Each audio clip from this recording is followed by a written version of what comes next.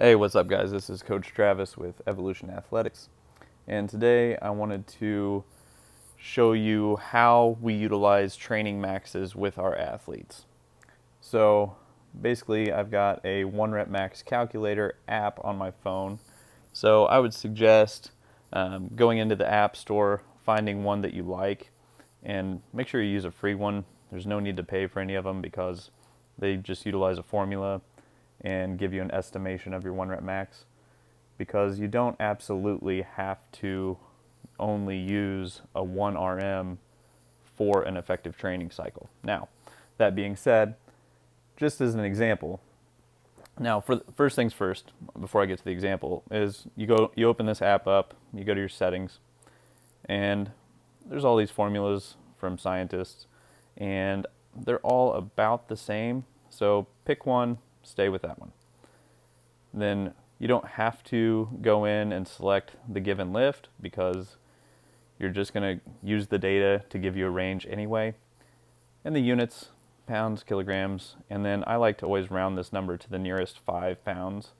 So toggle that on, click done. Now,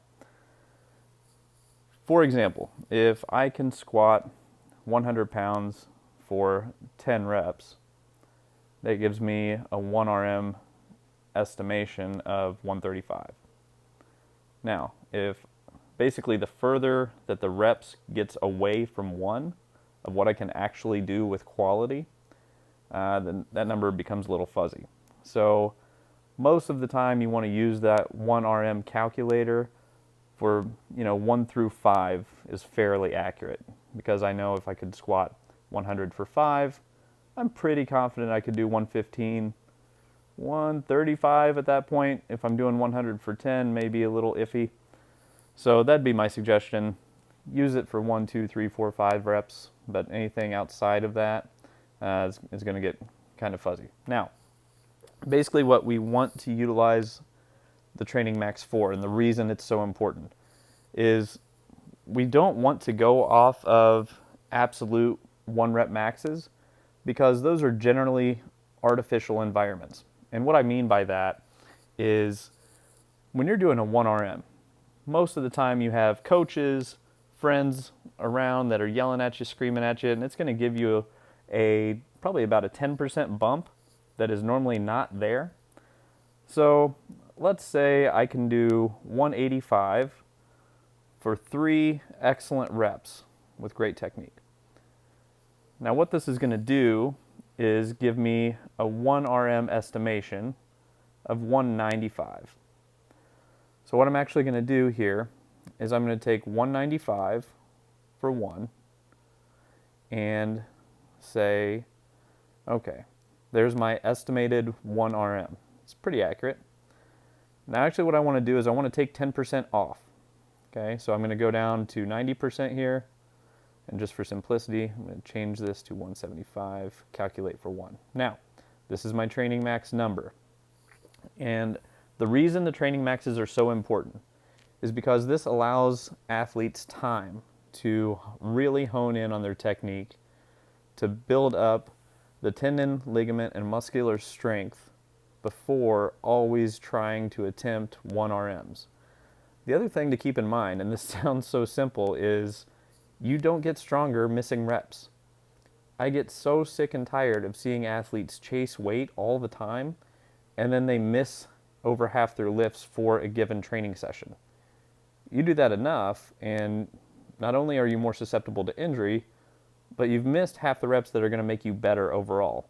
Don't forget that lifting weights is supplementary to you playing and performing at your best in your given sport. So, if I have an athlete who's doing sets of 5, generally speaking, sets of 5 should fall somewhere in the range of 75 to 85%.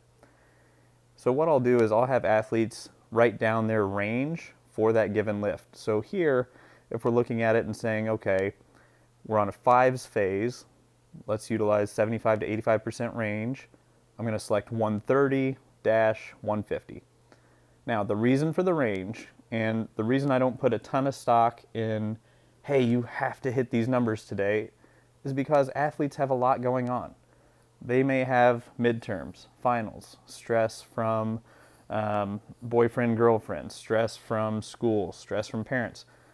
Maybe they didn't sleep well. Maybe they were on their phone all night. All of these variables can affect an athlete's performance day to day. So if they're feeling like trash because they stayed up all night and they haven't eaten anything today, they're probably going to stay on the lower end of that range.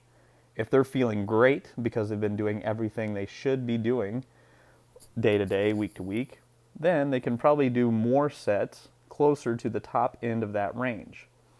Now, this is not to say that we never go over 85% in a fives phase. This is just a general suggestion for a working range for sets of fives.